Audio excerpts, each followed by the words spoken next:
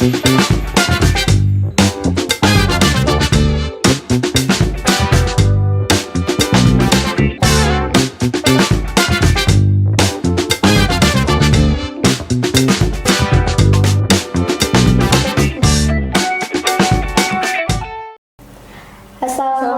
warahmatullahi wabarakatuh. Halo semuanya, selamat datang di Pecah Podcast Edukasi Cerita dan Hiburan. Aku adalah Hardi Puspita bersama partner aku Jaharia Gafur. Hari ini kita akan membahas topik penting yang masih sering terjadi di sekitar kita, yaitu adalah bullying. Nah, seru banget nih Kak Dela. Jadi, bullying adalah masalah yang berdampak besar baik secara fisik maupun psikologis bagi korban. Untuk itu, kita ingin berdiskusi untuk apa itu bullying, dampaknya, dan bagaimana kita menghadapinya. Dan tidak hanya itu aja juga Kak Jaharia. Ya. Kebetulan nih kita juga mengundang dua narasumber yang hebat yang akan berbagi wawasan dan pengalaman mereka. Ada Kak Abian dan Kak Miftah, seorang mahasiswa yang mempunyai cerita tentang bullying. Langsung aja nih guys, kita panggil Kak Abian dan Kak Miftah. Halo Kak. Halo semuanya. Akhirnya diundang juga nih ya di podcast ini ya. Iya benar banget ya. Boleh dong Kak, perkenalan dulu nih dirinya. Oke, nama aku yang bagi belum tahu, nama aku Muhammad Abin Hazim. Kuliah aku di Universitas Aisyah Yogyakarta, prodi Ilmu Komunikasi ya. Kalau buat kakaknya nih yang cantik nih. Kalau nama aku Miftah Roma Cahyani, aku juga dari Universitas Aisyah Yogyakarta, prodi Ilmu Komunikasi. Nggak lama-lama, kita langsung aja nih Kak diskusi sekarang ya. Oke. Nah, sebelumnya Kak, menurut kalian gimana sih tentang bullying yang terjadi dari dulu sampai sekarang? Tentu tuh secara sederhana bullying itu tindakan menyakiti orang lain, tindakan menyakiti orang lain secara verbal maupun non verbal, baik fisik ataupun emosionalnya aja.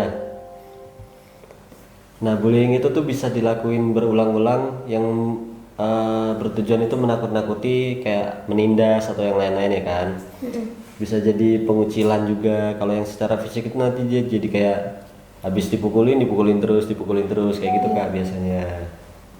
Sama ada cyberbullying juga tuh, yang kayak haters atau apa di medsos kayak gitu kan ada juga. Oh, iya. Nah, menurut kakak nih, setuju nggak bahwa adanya kejadian bullying sebagai besar disebabkan oleh latar belakang keluarga? Ya setuju banget dong, karena latar belakang keluarga itu faktor utama yang bisa menyebabkan terjadinya bullying. Keluarga yang kurang harmonis, keluarga yang emosional gitu, itu menjadi faktor utama yang menyebabkan seseorang itu membuli Atau orang. dibully juga Iya, ya. iya sih. Karena juga ada tuh yang homesick atau broken home gitu. Itu juga termasuk mereka juga akan membuli orang kah Kak? Kalau untuk udah pasti membuli atau nggak tahu ya kita. Tapi yang jelas itu sebagai salah satu faktor aja sih. Kalau gimana membuli atau enggaknya tergantung pribadi masing-masing aja. Nih, bagaimana jika kejadian bullying ini terjadi di depan mata kakak sendiri? Apa yang akan kakak lakukan? Kalau aku mungkin bakal kayak langsung cut off dulu aja, sama mungkin narik buat yang dibully itu dirangkul Iya, dulu, benar ditenangin aja sih. dulu, ya, ditenangin dulu, terus gimana ditanyain dulu. Tapi aku nggak juga langsung kayak mengucilkan atau menyalahkan yang pembuli juga gitu, karena kan juga semua masing-masing juga punya perasaan, masing-masing juga punya alasan ya kan. Gitu sih kalau bagi aku kan. Jadi kalau bullying itu memang tidak hanya terjadi secara langsung ya, tapi juga bisa terjadi di dunia maya. Sebelumnya maaf ya nih Kak Miftah, dari pengalaman kakak sendiri sebagai penyintas, apa dampak terbesar yang kakak rasakan saat mengalami bullying? Ya maaf ya, Sebelumnya saya itu kan sebagai korban bullying. Sebagai korban bullying itu yang saya rasakan pertama kali kayak apa ya, susah buat percaya sama orang, buat percaya diri, ngomong di depan umum juga tuh susah banget. Merasa takut gitu. Iya, merasa takut. Terus ada trauma, ngerasain trauma. Terus apa lagi ya? Sering ngerasa cemas. Terus kadang tuh ngerasa kesepian. Bahkan ada saat-saat dimana saya tuh ngerasa kalau hari-hari kayak gitu tuh nggak bakal pernah berakhir. Gitu. Nah, Kak Miftah, Iya. apa langkah pertama yang kakak lakukan untuk keluar dari situasi bullying yang pernah kakak alami? Langkah pertama ya. Langkah pertama yang saya lakukan itu mungkin mencari Ngantuk ya? orang. Lebih ke ngantuk ya. Iya. Ngantuk ya. Karena podcastnya di malam hari ini. Podcastnya malam banget soalnya. Boleh dilanjut Kak.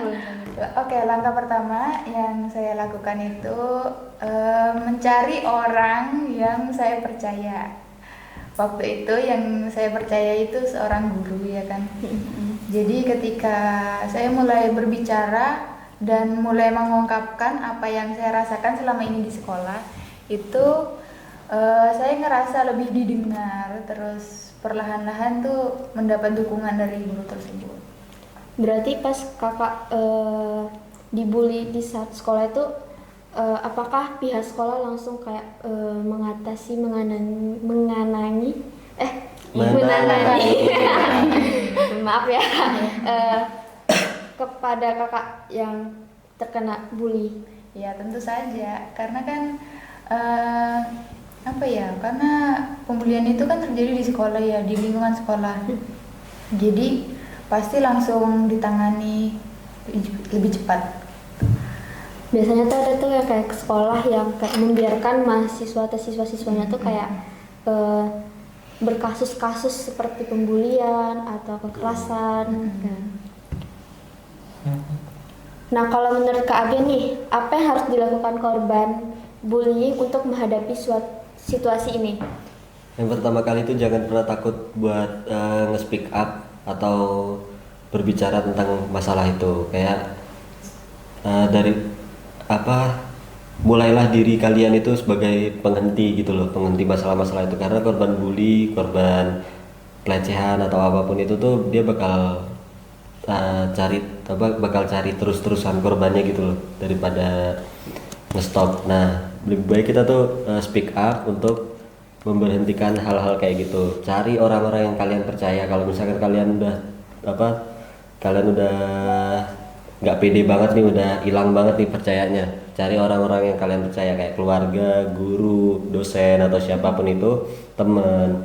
Nah, itu tuh bisa banget kalian dipakai buat tempat cerita. Dan kalau misalkan hal itu udah termasuk kayak pelecehan seksual ataupun yang udah berat-berat, kalian bisa banget laporin ke pihak yang berwajib, kayak gitu sih kalau bagi aku. Iya, benar. Nah, bagaimana dengan kita sebagai masyarakat? Apa yang kita lakukan untuk mencegah bullying? Pertama kita bisa memberikan edukasi. Edukasi itu dimulai dari keluarga dulu. Iya. Kan dari lingkungan keluarga. Kalau lingkungan pertemanan atau gitu? Kalau lingkungan pertemanan atau apa kan kita juga udah ada media ya Kak sekarang. Nah, jadi bisa kita gunain untuk media-media. Apalagi pembulian-pembulian ini kan banyakannya kan dari kaum Gen Z lah ya, kaum yang kayak kita ini. Itu tuh jadi banyak-banyaknya pembulian. Nah, kalau untuk yang Kakak Miftah itu bilang, itu tuh nanti bisa digunain buat yang adik-adik kita. Jadi yang generasi pertama kita, generasi penerusnya kita nih, kayak masih SD, masih TK kayak gitu tuh. Jadi juga perlu diedukasi dari sekarang, biar nanti besarnya tuh juga saling support, saling udah tahu lah, oh ya bullying itu nggak boleh kayak gitu. Nah, untuk generasi kita yang udah ada lah, udah telat lah kalau buat untuk yang generasi awal tadi, generasi yang masih kecil-kecil itu kita bisa gunain dari medianya Kak. Apalagi generasi kita ini lebih sering buka HP kan daripada ngobrol bercengkrama sama teman-teman. Nah, itu tuh juga bisa jadi pencegahan. Nah, di tempat kita juga di generasi kita ini udah bukan dari bullying yang verbal maupun non verbal juga. Nah, kita tuh juga ada cyber bullying juga kan. Nah, jadi media sih kalau bagi aku Kak, media tuh paling berpengaruh lah untuk generasi sekarang. Nah, menurut kalian apa hukuman setimpal yang harus didapatkan pelaku terhadap pembulian? Itu tergantung pembuliannya ya. Tergantung pelanggarannya juga sih Kak. Iya. Gitu.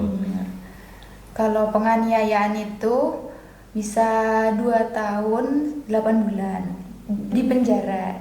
2 tahun 8 bulan itu cuman buat penganiayaan. Terus kalau pencemaran nama baik itu bisa dipidana 4 tahun. Itu cuman pencemaran nama baik loh. Iya. Iya. Karena orang buat nama susah ya Kak, orang Iya. tua. Bener banget. Tapi kalau hukuman setimpal menurut Kakak dalam pengalaman kena pembulian tuh maunya gimana? Oh, kalau waktu itu saya kan mendapat saya dibully waktu masih sekolah dasar gitu ya, masih SD, masih kecil-kecil. Ya mungkin memberikan rehabilitas atau edukasi kepada adik-adik Orang yang tua masih juga. SD, iya, kepada orang tua untuk Ya daripada kita kan nggak bisa ngehukum juga kan kalau untuk pembuli gitu karena masih di bawah umur. iya enggak, kalau misalkan gini Kak, pembuli itu tuh juga misalkan dihukum, nanti dia ngerasanya jadi kayak dibully, nanti dia cari pembuli Merasa jadi korban lagi. ngerasa jadi korban lagi kayak gitu sih. Kalau bagi aku mending kita edukasi, kita kasih tahu, kita nasihatin juga. Nah, sama kita rangkul juga Kak, itu tuh juga penting banget sih buat, kan kita niatnya bukan menghukum pembuli tapi mencegah atau memberhentikan pembulian itu. Iya. Nah, kalau buat pesan dan kesan terhadap pelaku atau korban apa nih Kak buat para penonton kita? Kalau untuk korban dulu ya kayaknya nih Kak ya. Kalau untuk korban sih tetap semangat, buktiin kalau misalkan kamu tuh lebih baik daripada pembuli-pembuli itu, terus semangat, nanti pembuli-pembuli itu tuh nanti bakal minta tolong lah sama kamu. Itu sih kalau buat yang dibully ya. Oke, kalau buat korban buat Pelaku. iya, buat pelaku ya, maaf salah. Kalau buat pelaku nih, kalian udah stop, mending nggak usah bully-bully kayak gitu. Nggak ada gunanya Karena juga. nggak ada gunanya juga, iya bener Kak, nggak ada gunanya. Karena merugikan diri sendiri dan orang lain juga. Sama besok tuh bakal butuh juga ya Kak ya. Iya, Nggak usah karena- jauh-jauh, yang di kuliah juga butuh ya Kak ya. Bener banget. Nih, mungkin cukup di sini aja nih Kak. Udah selesai aja. Udah mau selesai sih Saya ya. udah pesan Nggak dan terasa kesan ya. nih. Udah pesan dan kesan. Jadi bullying itu